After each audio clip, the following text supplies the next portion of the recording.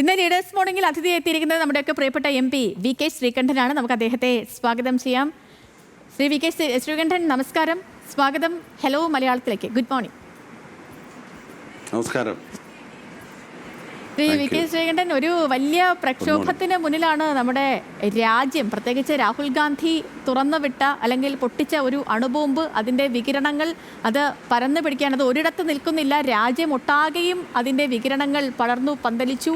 പ്രതിഷേധങ്ങൾ നടക്കുന്നു, പ്രക്ഷോഭങ്ങൾ നടക്കുന്നു, പ്രതികരണങ്ങൾ വരുന്നു.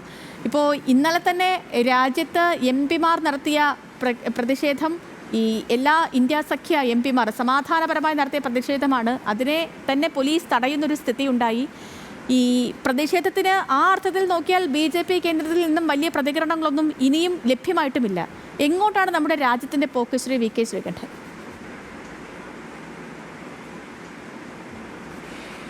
ഇത് നമ്മുടെ രാജ്യത്തെ മാത്രം ബാധിക്കുന്ന കാര്യമല്ല. അന്താരാഷ്ട്ര സമൂഹം വലിയ ഞെട്ടലോടുകൂടിയാണ് ഇന്ത്യയിലെ തെരഞ്ഞെടുപ്പ് അട്ടിമറിയെക്കുറിച്ച് ചർച്ച ചെയ്യുന്നത്. ലോകത്തിലെ ഏറ്റവും വലിയ ഒരു ജനാധിപത്യ രാജ്യം, മറ്റുള്ളവർക്കൊക്കെ മാതൃകയായി പ്രവർത്തിക്കുന്ന, നമുക്കറിയാം പതിറ്റാണ്ടുകളുടെ വലിയ ജനാധിപത്യ പാരമ്പര്യം അവകാശപ്പെടുന്ന ഒരു രാജ്യത്ത് ഇതുപോലെ വലിയൊരു അട്ടിമറിയിലൂടെയാണ് ഈ ഗവൺമെൻറ് വന്നിരിക്കുന്നതെന്ന് പറയുമ്പോൾ ഈ ഗവൺമെൻറ്റിൻ്റെ വിശ്വാസ്യത അന്താരാഷ്ട്ര സമൂഹത്തിൽ, പ്രത്യേകിച്ച് ലോകരാജ്യങ്ങളിലൊക്കെ വലിയ ആശങ്ക ഉളവാക്കുകയാണ്. കാരണം ഇതുപോലെ പിൻവാതിലൂടെ അധികാരത്തിൽ വന്ന ആളുകൾ എന്തും ചെയ്യുമെന്നുള്ളൊരു സന്ദേശം അതിൻ്റെ പിറകിലുണ്ട്. സുതാര്യമായ ജനാധിപത്യത്തിന് പേരുകേട്ട ഇന്ത്യയിൽ കഴിഞ്ഞ പൊതു തെരഞ്ഞെടുപ്പിലാണ് വലിയ തോതിൽ അട്ടിമറി നടന്നിട്ടുള്ളത്. ഈ അട്ടിമറി പൂർണ്ണമായിട്ടും അന്വേഷിച്ച് അതിൻ്റെ വ്യക്തത പുറത്തു വരികയാണെങ്കിൽ ഈ ഗവൺമെൻറ് തന്നെ പിരിച്ചുവിടാനുള്ള എല്ലാ നിയമ സംവിധാനമുണ്ട്. നമ്മുടെ നാട്ടിലെ പരമോന്നത നീതിപീഠത്തിൽ നിന്നും ഇതുപോലുള്ള അന്വേഷണങ്ങളും അതുപോലെ തന്നെ ഇതിനുള്ള നടപടികളും പ്രതീക്ഷിക്കുകയാണ്. 50ഓളം പാർലമെൻറ്റ് മണ്ഡലത്തിലാണ് അട്ടിമറി നടന്നിട്ടുള്ളത്. ആ 50-നടുത്തുള്ള ഭൂരിപക്ഷത്തിലാണ് ഇപ്പോഴത്തെ BJPയുടെ നേതൃത്വത്തിലുള്ള സഖ്യം അധികാരത്തിലിരിക്കുന്നത്. അപ്പോൾ ഇതിൻ്റെ ആ വ്യാപ്തി നമുക്ക് ഉൾക്കൊള്ളാവുന്നേ ഉള്ളൂ. വളരെ ആസൂത്രിതമായിട്ട് വലിയൊരു അട്ടിമറിയാണ് വോട്ടർ പട്ടികയിലൂടെ നടത്തിയതായിട്ട് പുറത്തു വന്നിരിക്കുന്നത്. ഇതിൻ്റെ വ്യക്തമായ തെളിവുകൾ ശ്രീ രാഹുൽ ഗാന്ധി കഴിഞ്ഞ ഏതാനും മാസങ്ങളായിട്ട് അദ്ദേഹവും അദ്ദേഹത്തിന് നിയോഗിക്കപ്പെട്ടിട്ടുള്ള ഒരു ടീമും അന്വേഷിച്ച് വ്യക്തമായ എവിഡൻസോടു കൂടിയാണ് ഇലക്ഷൻ കമ്മീഷന് പരാതി നൽകിയത്. പക്ഷെ ആ പരാതി മുഖവിലയ്ക്കെടുക്കാതെ നിങ്ങൾക്ക് എന്തെങ്കിലും പരാതി ഉണ്ടെങ്കിൽ സത്യവാങ്മൂലം നൽകണമെന്ന വിചിത്രമായ മറുപടിയാണ് ഇലക്ഷൻ കമ്മീഷൻ നൽകിയിരിക്കുന്നത്. ഇന്ത്യയിലെ പ്രതിപക്ഷ നേതാവിനെ അല്ലെങ്കിൽ വലിയ ഒരു രാഷ്ട്രീയ സമൂഹത്തെ കളിയാക്കുന്ന തരത്തിൽ ഇലക്ഷൻ കമ്മീഷൻ പ്രവർത്തിക്കുന്നു എന്ന് പറഞ്ഞാൽ ഇതിലെന്തോ ദുരൂഹതയുണ്ടെന്നും അത് ഒളിച്ചു വെക്കാൻ ഏറെ ഉണ്ടെന്നും വളരെ വ്യക്തമാണ്.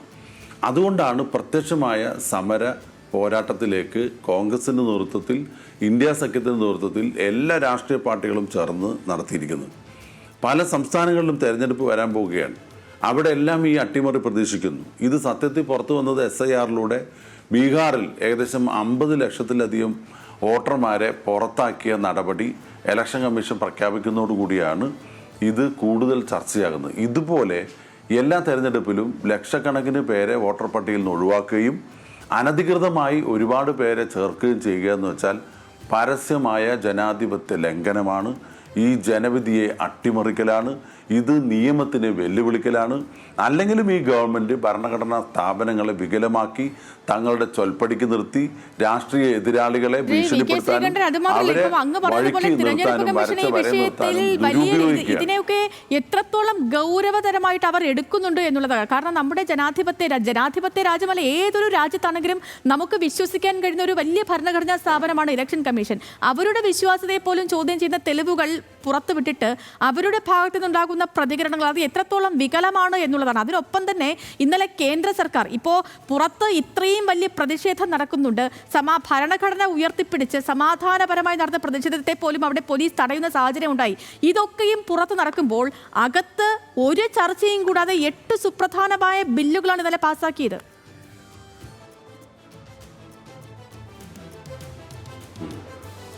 അതായത് ഈ സംഭവം പരാതിയായിട്ട് വന്നപ്പോൾ ആണ് പാർലമെൻറ്റ് സമ്മേളനം ആരംഭിക്കുന്നത്.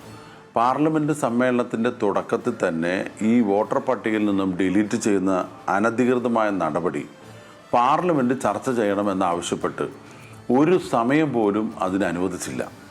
പാർലമെൻറ്റിൻ്റെ സ്തംഭനാവസ്ഥയ്ക്ക് പ്രധാനപ്പെട്ട കാരണം ഈ ഒരു വിഷയമാണ്. ഗവൺമെൻറ് അതിന് അനുവദിക്കുന്നില്ലെന്ന് വെച്ചാൽ ഗവൺമെൻറ് ഇതിൽ ഭാഗവാക്കാണ് എന്നുള്ളതിൻ്റെ തെളിവാണ്. പിന്നെ ഇലക്ഷൻ കമ്മീഷനെ കുറിച്ച് നമുക്കറിയാം, കുറച്ച് വർഷങ്ങളായിട്ട് വലിയ ആരോപണങ്ങളും സംശയങ്ങളും ഒക്കെ നിലനിൽക്കുക. ഒരു സുപ്രഭാതത്തിൽ ഇലക്ഷൻ കമ്മീഷൻ അംഗം രാജിവെച്ച് പിറ്റേ ദിവസം BJP ചേർന്ന് അടുത്ത ദിവസം BJPയുടെ സ്ഥാനാർത്ഥിയായത് നമ്മുടെ കൺമുൻപിലുണ്ട്. ഒരിക്കലും സംഭവിക്കാൻ പാടില്ലാത്ത തരത്തിൽ നിഷ്പക്ഷമായും നീതിപൂർവമായും പ്രവർത്തിക്കേണ്ട ഇലക്ഷൻ കമ്മീഷൻ കോൺഗ്രസ് പതിറ്റാണ്ടോളം രാജ്യം ഭരിച്ചിട്ടുണ്ട്. കോൺഗ്രസ് പാർട്ടിയെ പലപ്പോഴും പ്രതിക്കൂട്ടിലാക്കിയത് ഇലക്ഷൻ കമ്മീഷനാണ്. കണക്ക് കൊടുക്കാത്തതിൻ്റെ പേരിൽ ഇലക്ഷൻ കമ്മീഷൻ ബാൻ ചെയ്യുമെന്ന് നോട്ടീസ് നൽകിയത് കോൺഗ്രസ് ഭരിക്കുമ്പോഴാണ്. അപ്പോൾ അത് നിഷ്പക്ഷമാണെന്നുള്ളതിൻ്റെ ഏറ്റവും വലിയ തെളിവാണ് കോൺഗ്രസ് പാർട്ടി ഭരിക്കുമ്പോൾ തന്നെ അന്ന് ഒറ്റയ്ക്ക് ഭൂരിപക്ഷം ഉള്ളപ്പോൾ തന്നെ കോൺഗ്രസിനെതിരെ നടപടി സ്വീകരിക്കുമെന്ന് ഇലക്ഷൻ കമ്മീഷൻ നോട്ടീസ് നൽകിയത് നമ്മുടെ ഓർമ്മയിലുണ്ട്. അതൊക്കെയാണ് ചരിത്രം. അപ്പോൾ ആ ഇലക്ഷൻ കമ്മീഷനാണ് ഇതുപോലെ അട്ടിമറി പ്രവർത്തനം നടത്തിക്കുന്നത്. അത് ചർച്ച ചെയ്ത് റെക്ടിഫൈ ചെയ്യേണ്ട എന്താണ് പെശക്, അത് ചർച്ച ചെയ്ത് പരിഹരിക്കേണ്ടത് ഇന്ത്യൻ പാർലമെൻറ്റിലെ നിയമനിർമ്മാണ സഭയിലാണ്. അവിടെ ഇത് അനുവദിക്കുന്നില്ല എന്ന് വെച്ചാൽ ഗവൺമെൻറ് ഇതിന് പിന്തുണ നൽകിയിട്ടുണ്ട്, അല്ലെങ്കിൽ ഗവൺമെൻറ് ചൊൽപ്പടിക്കാണ് ഇലക്ഷൻ കമ്മീഷൻ ചെയ്തിരിക്കുന്നത്. 2 ആഴ്ചയോളമാണ് ഇന്ത്യൻ പാർലമെൻറ്റ് സ്തംഭിച്ചിരിക്കുന്നത്. ശക്തമായ പ്രതിഷേധത്തെ തുടർന്നാണ് പാർലമെൻറ്റ് നടപടികൾ അവസാനിപ്പിക്കുന്നത്. അവിടെ ഒറ്റ ആവശ്യം ഞങ്ങൾ ഉന്നയിച്ചിട്ടുള്ളൂ, ഈ വോട്ടർ പട്ടിക ഡിലീഷനും വോട്ടർ പട്ടികയിലെ അനധികൃതമായിട്ടുള്ള ചേർക്കലും ജനാധിപത്യത്തെ അട്ടിമറിക്കുകയാണ്. അത് ആരുടെ ഭാഗത്താണെങ്കിലും അത് ചർച്ച ചെയ്ത് കുറ്റകരമായ ഈ ഗുരുതരമായ അനാസ്ഥയ്ക്കെതിരെ വലിയ നടപടിയെടുക്കണമെന്നുള്ള ആവശ്യം അത് ചർച്ച ചെയ്യാൻ പോലും പാർലമെന്റ് തയ്യാറാവുന്നില്ല. ഇലക്ഷൻ കമ്മീഷനെ കാണാൻ പോലും അവരനുവദിക്കുന്നില്ല. ഒരു നിവേദനം കൊടുക്കാൻ MP-മാർ പോയാൽ അവരെ പോലീസിനെ ഉപയോഗിച്ച് ബലപ്രയോഗിച്ച് അറസ്റ്റ് ചെയ്യുകയാണ്. ഇന്ത്യൻ പാർലമെന്റ് സമ്മേളനം നടന്നുകൊണ്ടിരിക്കുമ്പോൾ, ലോക്സഭ സമ്മേളനം നടന്നുകൊണ്ടിരിക്കുമ്പോൾ ഞങ്ങളെല്ലാവരും ഇന്നലെ പാർലമെന്റ് സ്ട്രീറ്റ് പോലീസ് സ്റ്റേഷനിൽ കസ്റ്റഡിയിലാണ്. 250ഓളം MP-മാരെ കസ്റ്റഡിയിൽ വെച്ചുകൊണ്ട് ഇവിടെ പാർലമെന്റ് നടത്താമെന്നുള്ളത് ലോക രാജ്യങ്ങൾ കാണുകയാണ്. ലോക രാജ്യങ്ങളുടെ മുമ്പിൽ ഏറ്റവും വലിയ ജനാധിപത്യ രാജ്യമായിട്ട് കഴിഞ്ഞ പാരമ്പര്യം പൈതൃകമുള്ള നമ്മുടെ രാജ്യം തലകുരിച്ച് നിൽക്കേണ്ട ഒരു സ്ഥിതിയാണ് ഈ BJPയുടെ ഈ ഏകാധിപത്യ രീതിയിലേക്കൊക്കെ കാര്യങ്ങൾ പോകുന്ന തരത്തിലാണ് അവിടെ നടക്കുന്ന ഓരോ കാര്യങ്ങളും. പ്രത്യേകിച്ച് ഇങ്ങനെ പുറത്ത് ഇത്രയും പ്രതിഷേധങ്ങളും പ്രക്ഷോഭങ്ങളും ഒക്കെ നടക്കുമ്പോൾ ഈ ഒരു ചർച്ചയും കൂടെ ബില്ലൊക്കെ എങ്ങനെ പാസ്സാക്കാൻ കഴിയുന്നു എന്നുള്ളതും ഒരു വലിയ ചർച്ചയാണ്. ശ്രീ VK ശ്രീകണ്ഠൻ, ഈ വലിയ പ്രക്ഷോഭങ്ങൾ ഇവിടെ നിലനിൽക്കുന്നുണ്ട്. ഇപ്പോൾ ഇന്നലെ ദേശീയ തലത്തിൽ നടന്ന വലിയ പ്രക്ഷോഭം പാതി വഴിയിൽ പോലീസ് തടയുകയും ചെയ്തു. കർണാടകയിൽ സഹകരണ മന്ത്രി ഇതൊക്കെ നമ്മുടെ കാലത്ത് നടന്നതല്ലേ എന്നൊരു ചോദ്യം കൂടി ഉന്നയിക്കുന്നുണ്ട്. അപ്പോൾ അകത്തു നിന്ന് തന്നെയുള്ള ഈ നീക്കങ്ങൾ അല്ലെങ്കിൽ പിന്നിൽ നിന്നുള്ള കുത്തലുകളൊക്കെ ഇനി എത്രത്തോളം ഈ പ്രതിഷേധത്തെ മുന്നോട്ട് കൊണ്ടുപോകാൻ സാധിക്കും, എത്രത്തോളം ശ്രമകരമാണ് മുന്നോട്ടുള്ള പ്രതിഷേധം എന്നതിന്റെ സൂചന കൂടിയാണോ? അതായത് ഈ എല്ലാം രാജ്യത്തെ ജനങ്ങളെല്ലാവരും ഈ ആരോപണങ്ങളും തെളിവുകൾ നിരത്തിയുള്ള രാഹുൽ ഗാന്ധിയുടെ ഇലക്ഷൻ കമ്മീഷനോടുള്ള ചോദ്യങ്ങളും ഭയന്നുകൊണ്ടിരിക്കുകയാണ് BJP. കാരണം അവർ ഇതൊന്നും യഥാർത്ഥ വസ്തുതയല്ല എന്ന് സ്ഥാപിക്കാൻ വേണ്ടി, അവരുടെ കുഴപ്പമല്ല എന്ന് സ്ഥാപിക്കാൻ വേണ്ടി ചില ആളുകളെ ടൂളുകളായിട്ട് ഉപയോഗിക്കാം. രാഷ്ട്രീയത്തിൽ അങ്ങനെ ചെയ്യുന്ന പാരമ്പര്യം BJPക്കുണ്ട്. ഒരു കാര്യം ഉറപ്പാണ്, ഇന്ത്യയിലെ ജനങ്ങൾ ഈ തെളിവുകൾ പുറത്തുവിട്ടതോടുകൂടി അത് വിശ്വസിച്ചിട്ടുണ്ട്. നിങ്ങൾ നോക്കണം, ഒരു റൂമിൽ 80 വോട്ട് ചേർത്തിരിക്കുക. വെറും ഒരു റൂമിലാണ് 80 വോട്ട്. ഒരു ഫ്ലാറ്റ് സമുച്ചയത്തിൽ 5000 വോട്ടാണ് ചേർത്തിരിക്കുന്നത്. എത്രമാത്രം ഭീകരമാണ്. ഓരോ കോൺസ്റ്റിറ്റ്യുവൻസിയിലും 10,000 15,000 അധികമായി വോട്ട് ചേർത്തിരിക്കുക. അവിടെയാണെങ്കിൽ പേരുണ്ട്, ഒരേ പേരിലുള്ള നിരവധി വോട്ട് ഒരേ ബൂത്തിലുണ്ട്, പല ബൂത്തിലുണ്ട്. അവരുടെ അച്ഛൻ്റെ പേര് വെച്ച് ABCDEFG ആണ്. നിങ്ങൾ ആലോചിച്ച് നോക്കണം, ഇതുപോലെ പരസ്യമായി തട്ടിപ്പ് നടത്തിയത് പുറത്തു വന്നപ്പോൾ ആ ജാള്യത മറയ്ക്കാൻ വേണ്ടി അവർ ചില ടൂളുകൾ ഉപയോഗിക്കുകയാണ്. അതുകൊണ്ടൊന്നും ഈ സമരത്തെ തകർക്കാൻ കഴിയില്ല. ഈ സമരം ഒരു ധാർമ്മികമായ സമരമാണ്. നമുക്കെല്ലാവർക്കും വലിയ ആശങ്കയുണ്ട്. രാജ്യത്തിൻ്റെ ജനാധിപത്യ വ്യവസ്ഥിതി നഷ്ടപ്പെട്ടാൽ, ഇവിടെ ഏകാധിപത്യ വ്യവസ്ഥിതി വന്നാൽ ഈ വർഗീയ ഫാസിസ്റ്റുകൾ ഈ രാജ്യത്ത് എന്തും ചെയ്യാൻ മടിക്കില്ല. അല്ലെങ്കിലേ ഇപ്പൊ എന്ത് ചെയ്തുകൊണ്ടിരിക്കുക? മണിപ്പൂരിലെ കലാപവും നമ്മുടെ രാജ്യത്തുണ്ടായിട്ടുള്ള അസ്വസ്ഥതകളും അനൈക്യവും എല്ലാം ഈ രാജ്യത്തിന്റെ വികസനത്തെ, പുരോഗതിയെ പ്രതികൂലമായി ബാധിക്കുകയാണ്. അന്താരാഷ്ട്ര സമൂഹം ഇപ്പൊ ഇന്ത്യയെ വില വെക്കുന്നില്ല. ട്രംപിന്റെ തീരുവ ഒരു പ്രധാനപ്പെട്ട ഉദാഹരണമാണ്. ഈ രാജ്യം ശിഥിലമാകുന്നു, സാമ്പത്തികമായ പ്രതിസന്ധി നേരിടുന്നു എന്നെല്ലാം മനസ്സിലാക്കിക്കൊണ്ട് അത് മുതലെടുക്കാൻ ഏറ്റവും വലിയ സാമ്രാജ്യത്വ ശക്തികൾ ശ്രമിക്കുമ്പോൾ ഇന്ത്യ കൂടുതൽ ദുർബലമായിക്കൊണ്ടിരിക്കുക. BJPയുടെ നേതൃത്വത്തിൽ, നരേന്ദ്രമോദിയുടെ നേതൃത്വത്തിൽ ഈ കൊട്ടിഘോഷമല്ലാതെ പാവപ്പെട്ടവന്റെ പട്ടിണി തീർക്കാനോ പ്രയാസം തീർക്കാനോ തൊഴിലുണ്ടാക്കാനോ ഒരു നടപടിയില്ല എന്ന് മാത്രമല്ല, ഇവരെ അധികാരത്തിൽ ഏത് വിധേനയും ഞങ്ങൾ അധികാരത്തിൽ തുടരുമെന്നുള്ളതിന്റെ ഏറ്റവും വലിയ ലക്ഷണമാണ് ഈ തെരഞ്ഞെടുപ്പ് അട്ടിമറി. ഒരിക്കലും അനുവദിക്കാൻ കഴിയില്ല, ഉൾക്കൊള്ളാൻ കഴിയില്ല. ഇന്ത്യ പോലുള്ള ലോക രാജ്യങ്ങളുടെ മുമ്പിൽ മാതൃകാപരമായി ജനാധിപത്യം സ്ഥാപിക്കുന്ന ഒരു രാജ്യത്തെ രാഷ്ട്രീയ പാർട്ടികൾക്ക് ഒരിക്കലും ഇതിന് കൂട്ടുനിൽക്കാൻ പറ്റില്ല. ഇത് രാഷ്ട്രീയമല്ല, രാജ്യത്തിന്റെ നിലനിൽപ്പാണ്. ശ്രീ VK ശ്രീകണ്ഠൻ, 2019 തിരഞ്ഞെടുപ്പും അതുപോലെ തന്നെ 2024 തിരഞ്ഞെടുപ്പും തമ്മിലുള്ള 5 വർഷം കൊണ്ട് മഹാരാഷ്ട്രയിൽ കൂടിയത് 32,23,493 വോട്ട് മാത്രമാണ്. എന്നാൽ അത് കഴിഞ്ഞ് 6 മാസം കൊണ്ട് അത് 39 ലക്ഷത്തോളം വർദ്ധിച്ചിരിക്കുന്നു. അപ്പോൾ ഈ വോട്ട് വർധനയുടെ പാറ്റേൺ ആണ് രാഹുൽ ഗാന്ധി അവതരിപ്പിച്ചത്. വ്യാജ മേൽവിലാസങ്ങളിലുള്ളവർ അത് മാത്രം എനിക്ക് തോന്നുന്നു 40,000-ലധികം പേരാണ്. ഒരു വിലാസം തന്നെ 10,000-ലധികം പേർക്കുണ്ട്. കർണാടകയിലും ഡൽഹിയിലും ഒക്കെയും ഇതാണ് അവസ്ഥ. അപ്പോൾ ഭരണം നേടിയതൊക്കെയും ഇങ്ങനെ കള്ള വോട്ട് കൊണ്ടാണോ എന്നൊരു സ്വാഭാവിക സംശയം എല്ലാവരിൽ നിന്നും ഉയർന്നു വന്നിട്ടുണ്ട്. ഈ ഒരു ഘട്ടത്തിൽ തന്നെ തിരഞ്ഞെടുപ്പ് കമ്മീഷന്റെ ഭാഗത്ത് നിന്ന് ഒരു നിഷ്പക്ഷമായ, ഒരു വിശദമായ അന്വേഷണം നടത്തും, അങ്ങനെ ഒരു മനസ്സ് തിരഞ്ഞെടുപ്പ് കമ്മീഷൻ വയ്ക്കും, അങ്ങനെ അങ്ങ് കരുതുന്നുണ്ടോ? നിലവിലെ ഈ നീക്കങ്ങളൊക്കെ കണ്ടിട്ട്, അവരുടെയൊക്കെ പെരുമാറ്റം കണ്ടിട്ട്. തീർച്ചയായിട്ടും മഹാരാഷ്ട്രയിലെ ലോക്സഭാ തെരഞ്ഞെടുപ്പിൽ ഉണ്ടായിട്ടുള്ള വിധിയല്ല മാസങ്ങൾ കഴിഞ്ഞപ്പോൾ അസംബ്ലിയിലുണ്ടായത്. എല്ലാവരെയും ഞെട്ടിപ്പിക്കുന്ന റിസൾട്ടാണ്. നിങ്ങൾ മാധ്യമങ്ങൾ ഉൾപ്പെടെ നടത്തിയിട്ടുള്ള എല്ലാ സർവേകളെയും പരാജയപ്പെടുത്തിക്കൊണ്ടാണ് മഹാരാഷ്ട്രയിലൊരു അട്ടിമറി വിജയം BJPയുടെ നേതൃത്വത്തിലുണ്ടായത്. പക്ഷെ അതിൻ്റെ പിന്നിൽ ഇത്രമാത്രം വലിയ അട്ടിമറിയാണെന്ന് ആരും പ്രതീക്ഷിച്ചിട്ടില്ല. പക്ഷെ പിന്നീടാണ് അറിയുന്നത് ലക്ഷക്കണക്കിന് വോട്ടുകൾ അനധികൃതമായി ചേർത്തും വെട്ടിക്കളഞ്ഞും ഇവർ ജനാധിപത്യത്തെ കശാപ്പ് ചെയ്താണ് അധികാരത്തിൽ വന്നിരിക്കുന്നതെന്ന്. ഒരു കാര്യം നിങ്ങൾ ഓർക്കണം, നമ്മുടെ പൊതുസമൂഹം ഓർക്കണം, നമ്മുടെ രാജ്യത്തിൻ്റെ നിലനിൽപ്പ് തന്നെ ജനാധിപത്യമാണ്. ആ ജനാധിപത്യം ഇല്ലാതായാലുള്ള അവസ്ഥ ആലോചിക്കണം. ഇപ്പോൾ തന്നെ ഭരണഘടനാ സ്ഥാപനങ്ങളെ മുഴുവൻ വികലമാക്കുകയും കോടതികളെ വരെ തങ്ങളുടെ വരുതിക്ക് നിർത്തുകയും ചെയ്യുന്ന നിലപാടാണ് BJPക്കുള്ളത്. ആ BJPയുടെ യഥാർത്ഥ പൊയ്മുഖമാണ് ഇപ്പോൾ അഴിഞ്ഞു വീണുകൊണ്ടിരിക്കുന്നത്.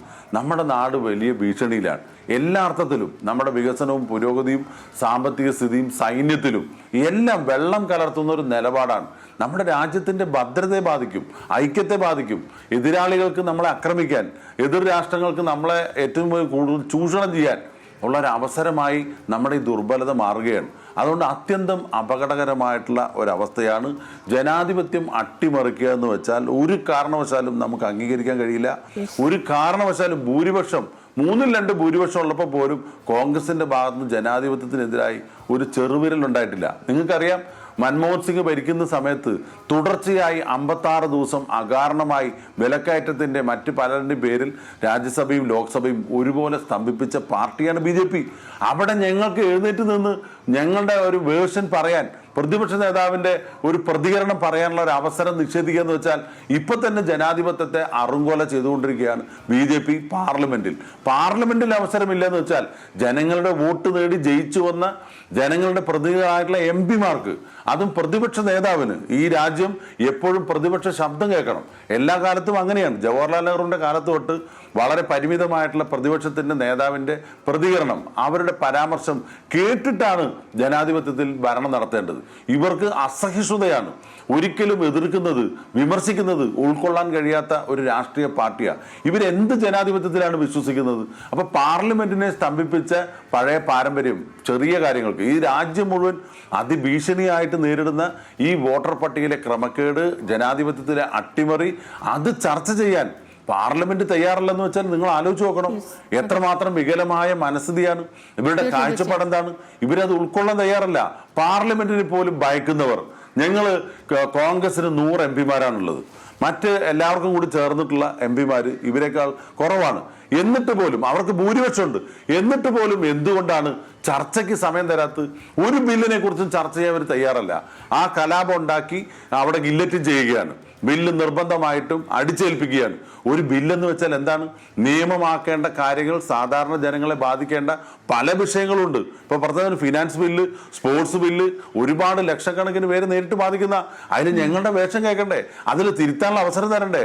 അതിൽ തെറ്റുകളുണ്ടോന്ന് പരിശോധിക്കണ്ടേ? ഇതൊന്നുമില്ലാതെ ഏകപക്ഷീയമായിട്ട് ഈ ബില്ലുകൾ പാസ്സാക്കാനുള്ള ഹിഡൻ അജണ്ട ഈ ഗവൺമെന്റ് ആരംഭിച്ചപ്പോൾ മുതലേ ഉണ്ട്. അപ്പോൾ നിയമങ്ങൾ നിർമ്മാണ സഭയിൽ പോലും അവിടെ നീതി ലഭിക്കുന്നില്ല. ജനങ്ങൾക്ക് നീതി ലഭിക്കണമെങ്കിൽ ജനങ്ങൾ ജയിപ്പിച്ചു വിട്ട പ്രതികൾക്ക് അവിടെ സംസാരിക്കാനും ഇടപെടാനുള്ള അവസരം കൊടുക്കണം. ആ അവസരം നിഷേധിക്കുന്നതോടുകൂടി ഇവർ ഏകാധിപത്യ പ്രവണതയാണ് ഇഷ്ടപ്പെടുന്നത്. ജനാധിപത്യത്തെ ഭയക്കുന്നു, ജനവിധിയെ ഭയക്കുന്നു.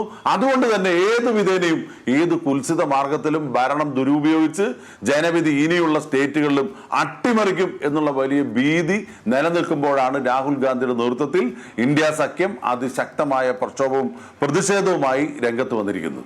സത്യം, പരമാർത്ഥമാണ് ഇപ്പോൾ അങ്ങ് പറഞ്ഞത്. കാരണം ഇപ്പോൾ നമ്മൾ പ്രതിപക്ഷം എപ്പോഴും പറയും ജനങ്ങളുടെ ശബ്ദമായിരിക്കും എല്ലാ കാലത്തും പ്രതിപക്ഷ ശബ്ദമെന്ന്. പക്ഷേ ആ പ്രതിപക്ഷ ശബ്ദങ്ങളെ ഒക്കെയും അടിച്ചമർത്തിക്കൊണ്ടുള്ള ഒരു നീക്കമാണ് ഇവിടെ നടക്കുന്നത്. പാർലമെന്റ് സ്തംഭിപ്പിക്കുന്നു, ബില്ലുകളിൽ മേൽ ചർച്ചകൾ നടക്കുന്നില്ല, എല്ലാം ഒരു ഏകാധിപത്യ രീതിയിലേക്ക് പോവുകയാണ്. ശ്രീ വി കെ ശ്രീകണ്ഠൻ, ഇനി ഞാനിപ്പോൾ രാഹുൽ ഗാന്ധി പുറത്തുവിട്ട ആ തെളിവുകൾ അല്ലെങ്കിൽ അദ്ദേഹം പൊട്ടിച്ച ആ അണുബോംബിന്റെ വികിരണങ്ങൾ അത് രാജ്യത്തുടനീളം ചർച്ചയാകുന്നുണ്ട്, നമ്മുടെ തൃശ്ശൂരിലും. കാരണം തൃശ്ശൂരിൽ 2 ഫ്ളാറ്റുകളിൽ മാത്രം ഇന്നലെ ഞങ്ങളുടെ പ്രതിനിധി നടത്തിയ അന്വേഷണത്തിൽ 50ഓളം വോട്ടുകൾ ചേർത്തതായാണ് കണ്ടെത്തിയത്. ഇങ്ങനെ അങ്ങേക്ക് അറിയാവുന്ന പോലെ 1000 ചില്ലുവാനം ബൂത്തുകളുണ്ട് അവിടെ. ആ നിലയ്ക്കാണെങ്കിൽ, ഇപ്പോഴത്തെ കണ്ടെത്തൽ അനുസരിച്ചാണെങ്കിൽ ഈ ക്രമക്കേട് എത്രത്തോളം ഭീകരമായിരിക്കും.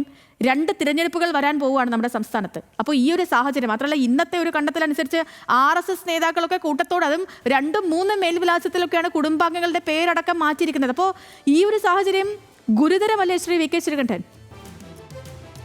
തീർച്ചയായിട്ടും അതെ. കേരളത്തിലെ പോലെ രാഷ്ട്രീയ പാർട്ടികളും സംഘടനകളും സജീവമായി ബൂത്തുകളിൽ പോയി വോട്ടർ പട്ടിക നോക്കി വോട്ടർമാരെ പരിശോധിച്ച് പോളിംഗ് ബൂത്തിലേക്ക് കൊണ്ടുവരാൻ വരെ എല്ലാ സഹായം സഹകരണവും ചെയ്യുന്ന നമ്മുടെ സ്റ്റേറ്റിൽ പോലും ഇതുപോലെ അട്ടിമറി നടന്നു എന്ന് പറഞ്ഞാൽ, അനധികൃതമായ വോട്ടർ പട്ടികയിൽ പേർ ചേർത്തു എന്ന് പറഞ്ഞാൽ അത്യധികം ആശങ്കാജനകമാണ് നമ്മുടെ ജനാധിപത്യ വ്യവസ്ഥ. ഇത് തൃശ്ശൂരിൽ എനിക്കറിയാം, എൻ്റെ തൊട്ട ജില്ലയായതുകൊണ്ട് പ്രത്യേകിച്ച് ആ തെരഞ്ഞെടുപ്പ് കാലത്ത് അനധികൃതമായി വോട്ട് ചേർക്കുന്നു എന്നുള്ള ആരോപണം, പരാതി രേഖാമൂലം കോൺഗ്രസ് പാർട്ടിയുടെ നേതൃത്വത്തിൽ ചീഫ് ഇലക്ടറൽ ഓഫീസർക്ക് അയച്ചിട്ടുണ്ട്. നിരവധി പരാതികൾ പോയിട്ടുണ്ട്. പക്ഷെ ആ തെരഞ്ഞെടുപ്പിൻ്റെ ഓളത്തിൽ ആ സമയത്ത് അവസാന ഘട്ടത്തിൽ ഇതൊന്നും പരിശോധിക്കാതെ, ഇതിനൊന്നും മറുപടി പോലും പറയാതെയാണ് ഇലക്ഷൻ കമ്മീഷൻ പ്രവർത്തിച്ചത്. തൊട്ട ചാലക്കുടിയിൽ നിന്നും അതുപോലെ തന്നെ ആലത്തൂരിൽ നിന്നും പാലക്കാട് നിന്നും വരെ പലരുടെയും ID കാർഡ് ഉപയോഗിച്ചുകൊണ്ട് വോട്ട് അങ്ങോട്ട് ഷിഫ്റ്റ് ചെയ്തെന്നും മാറ്റിയെന്ന് അങ്ങനെയുള്ള വലിയ ആരോപണം നിൽക്കുകയാണ്. വളരെ വിശദമായി പരിശോധിച്ചാൽ അറിയാം എത്രത്തോളം ഗുരുതരമായിട്ട് ഇത് നടന്നിട്ടുണ്ട്. നമ്മളൊന്ന് ആലോചിക്കണം. ഇപ്പോൾ ആധുനിക ശാസ്ത്ര സംവിധാനങ്ങളുള്ള നമ്മുടെ നാട്ടിൽ ഈ ടെക്നോളജിയൊക്കെ ഉപയോഗിച്ചുകൊണ്ട് നിമിഷ നേരം കൊണ്ട് കണ്ടുപിടിക്കാവുന്നേ ഉള്ളൂ. വോട്ടർ പട്ടികയിലെ ഇരട്ടിപ്പാണെങ്കിലും അധിക വോട്ടുണ്ടെങ്കിലും ആധാർ കാർഡുണ്ട്, എല്ലാവരുടെ ആധാർ കാർഡുമായിട്ടും ബാങ്ക് അക്കൗണ്ട് വരെ ലിങ്ക് ചെയ്തിട്ടുണ്ട്. ഈ വോട്ടർ പട്ടിക എന്തുകൊണ്ട് കുറ്റമറ്റതാക്കി ഇവിടെ ജനാധിപത്യം സുതാര്യമാക്കാൻ ഈ ഗവൺമെൻറ് മുൻകൈ എടുക്കുന്നില്ല? ആ ചോദ്യത്തിൻ്റെ മുമ്പിൽ പകച്ചു നിൽക്കുകയാണ് ഗവൺമെൻറ്. കാരണം ഈസി ആയിട്ട് വോട്ടർമാരുടെ അവരുടെ ആധാർ കാർഡ് ഉപയോഗിച്ചാൽ അവർ വോട്ടർ പട്ടികയിൽ ഒരൊറ്റ പേരേ ഉണ്ടാവുള്ളൂ. എന്തുകൊണ്ടാണ് ഇത് ലിങ്ക് ചെയ്യാത്തത്? ബാക്കി എല്ലാറ്റിനും ആധാർ കാർഡ് ലിങ്ക് ചെയ്തിട്ടുണ്ട്. വോട്ടർ പട്ടികയുമായിട്ട് എന്തുകൊണ്ട് ആധാർ കാർഡ് ലിങ്ക് ചെയ്യില്ല? അപ്പൊ ഈ വ്യാജന്മാരെല്ലാം പുറത്തു വരും. ഒരിക്കലും തട്ടിപ്പ് നടത്താൻ കഴിയില്ല, ഇലക്ഷനെ അട്ടിമറിക്കാൻ കഴിയില്ല. ആധാർ കാർഡ് ഒന്നേ ഉള്ളൂ. അവരുടെ വിരലടയാളവും അവർ തന്നെ കണ്ണിന്റെ അടയാളവും എല്ലാം ഉൾക്കൊള്ളുന്ന ആധാർ കാർഡ് ഒരാൾക്ക് ഒന്നേ ഉപയോഗിക്കാൻ പറ്റൂ. അതാണ് ഇവിടുത്തെ ഏറ്റവും വലിയ കോമഡി എന്ന് പറയുന്നത്. കാരണം ഇപ്പോൾ കേന്ദ്ര സർക്കാർ തന്നെ പറഞ്ഞത് ഒരു മനുഷ്യൻ അല്ലെങ്കിൽ ഒരു പൗരന്റെ ഏറ്റവും വലിയ രേഖയായിട്ട് രാജ്യം അംഗീകരിച്ചിരിക്കുന്ന ഈ ആധാർ കാർഡ്, ആ ആധാർ കാർഡ് തന്നെ ബംഗാളിലടക്കം അത് ചോദ്യമാണ്. അത് അംഗീകരിക്കാൻ പറ്റില്ല എന്ന് പറയുന്ന ഒരു തിരഞ്ഞെടുപ്പ് കമ്മീഷൻ നമ്മുടെ രാജ്യത്തുണ്ട് എന്നുള്ളതാണ് അവസ്ഥ. അത് കോടതി പോരാട്ട നിയമ പോരാട്ടത്തിലും ഒക്കെയുമാണ് ആ വിഷയം. ശ്രീ വി കെ ശ്രീകണ്ഠൻ, അപ്പോൾ ഒരുപാട് സന്തോഷം നമുക്കൊപ്പം ചേർന്നതിനും ഇത്രയും സമയം നമുക്കൊപ്പം ചിലവഴിച്ചതിനും. അങ്ങേക്ക് നല്ലൊരു ദിവസം കൂടി ആശംസിക്കുക. Thank you. വലിയൊരു പോരാട്ടം ജനാധിപത്യം നിലനിർത്താൻ നമുക്ക് നടത്തണം. നിങ്ങളുടെ എല്ലാവരുടെയും മാധ്യമങ്ങളുടെയും നിങ്ങളുടെ എല്ലാവരുടെയും സ്വാതന്ത്ര്യം ഹനിക്കപ്പെടാൻ വേണ്ടിയിട്ടുള്ള വലിയ ഭീഷണി നിലനിൽക്കുകയാണ്. അതുകൊണ്ട് നമുക്ക് ഒറ്റക്കെട്ടായി നിയമപരമായും രാഷ്ട്രീയപരമായും പോരാടാം എന്നറിയിക്കുകയാണ്. ഉറപ്പായും. വളരെയധികം നന്ദി ശ്രീ വി കെ ശ്രീകണ്ഠൻ.